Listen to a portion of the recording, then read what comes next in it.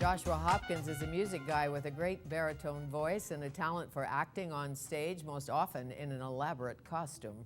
He's a perfect fit for opera, and he is in town to play a modern Figaro in Rossini's two-act hilarious romantic comedy, The Barber of Seville. It is my pleasure to welcome Joshua Hopkins to Studio 4 to tell us more. Well, thank you for having me, Fanny. Well, thank you for being here. And I know you don't sing early in the morning, surely not, but tell me about the beginnings of you and opera.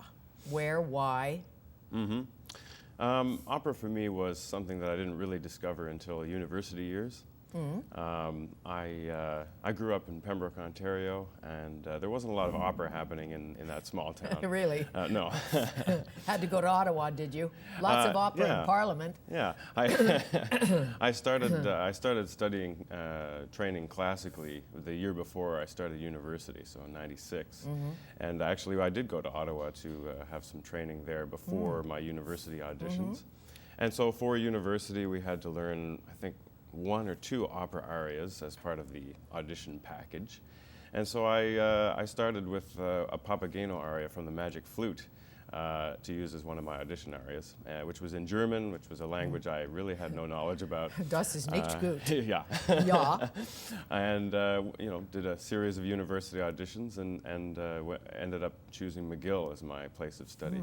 And did you know from the beginning you were a baritone? Yes. A particular kind of baritone?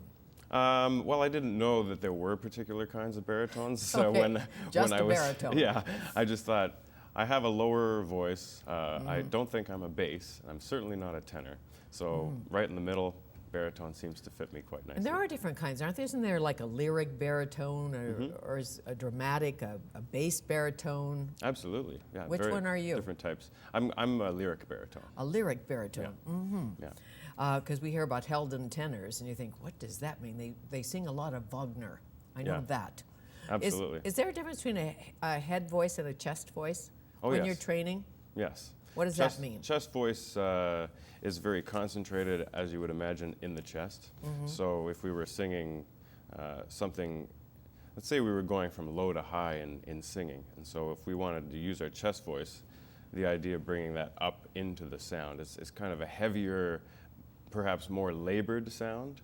And then the head voice is a voice that sort of comes down from the top. So, ooh, something like that. So if we were trying to sing with a nice mix of the two, that's really the kind of mix that you want for healthy singing. Okay.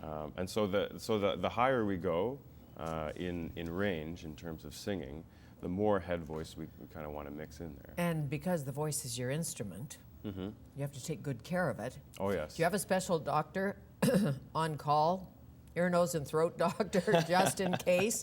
Or do you gargle in the morning? What do you do? What, as a great baritone, somebody who sung at Carnegie Hall and won awards and all of that? Sure. Well, I make sure that I keep myself very well hydrated. It's important. So the first thing I do when I wake up is just drink, not tons of water, but a good amount of water. Right. Which keeps everything lubricated and healthy. And I'm not a coffee drinker. I kind of stay away from caffeine. So I never got used to that sort of wake up start with Okay. mug And the of day of the coffee. performance, do you talk? Yes, sure. Because Not some much. don't. Some are very quiet. Right. I have a friend who's a mezzo. She doesn't say bubbles Yeah. on the day she's singing. I certainly wouldn't want to have any long phone conversations, but Right. I'm happy to do some singing. I mean, it is important to warm up the voice, and so I think speech is Sure. a good way to do that. Do you have a favorite opera, a favorite composer, a dream opera, a dream role? I'm very partial to Benjamin Britten, and one of my dream roles to do is Billy Budd. The role speaks to me emotionally, and it's just a fabulous part for a baritone. And he goes through such an emotional range in the opera that it would be really exciting to play that. And I've had some experience singing some Britten things in both his opera *The Rape of Lucretia* and *Albert Herring*, which actually the clip that you just I played saw before that. the break. I wondered what that was from. Albert was Herring. Albert Herring in Santa Fe Opera. Yeah. And that's rehearsal, looked like. Yeah, bit? it was probably dress rehearsal. Dress They took rehearsal. a video. Yeah. But Yeah. we never know for sure. Yes. Now, Barber of Seville, a modern Barber of Seville, I understand, like set in the 40s as opposed to what, 1816? When did Rossini write it? Yeah, Rossini, it premiered in 1816, and Rossini wrote it in 1815. It wasn't well received, right? No, the premiere was not. One of the reasons was that Paisiello, who had written A Barber of Seville before that, the fans of his, said down to Rossini for writing an opera that's already been written, and so I see. that was part of the cheating, but not the really. issue. Yes, exactly. But Rossini's rep was that he was a little, I always read opera for dummies before people like you come on, and they said that Rossini was a little plump and a little lazy. I don't know if it's I true. don't know. No. So Barber of Seville, the story essentially. Lots of slapstick, fun, tender moments. Yeah. And you play? I play Figaro, the jack of all trades, if you will, of Seville. Although he's not, from there initially. He's living there currently, and not much happens in the town without his help.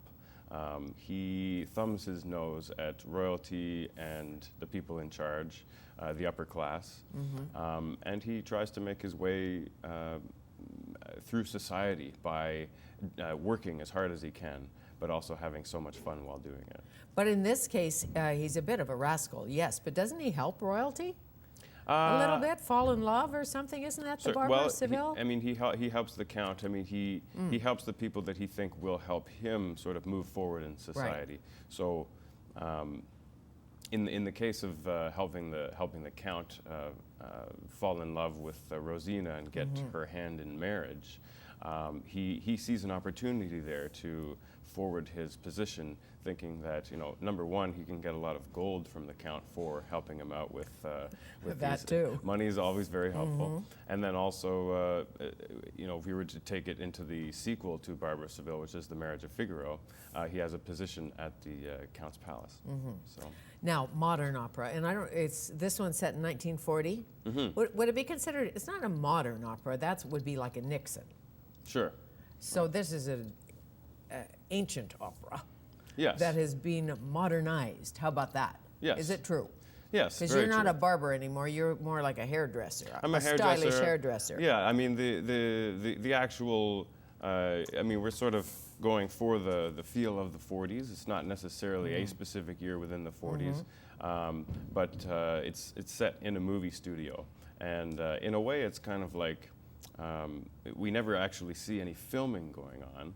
But all of the tomfoolery and shenanigans that happen are off the movie set. Oh, okay. So in a way, it's kind of like a noises off, behind the scenes look at a movie studio in Seville in the 40s. And so my position is that I have a little corner of the studio which I call my shop, and I'm the hairdresser, and I do a number of other things too. Makeup, mustaches. Oh, you do? Sure. Very talented. Absolutely. Is there a lot of high tech in this opera, that kind of thing, bells and whistles, or is it pretty standard? There's not too much high tech. I mean, the set, there's one set throughout, which is the sort of the backstage of the movie studio. But I think all of the excitement just happens with the relationships and with all of the people that are. All of the characters. Sure, can't wait to see it. And you've got a CD. I know that too. So when we come back, we'll talk about that. Sounds great. The Barber of Seville, starting March 17th. That would be Saturday. Is that St. Pat's Day? It is. I think it is. Joshua Hopkins, our guest. He's an opera singer.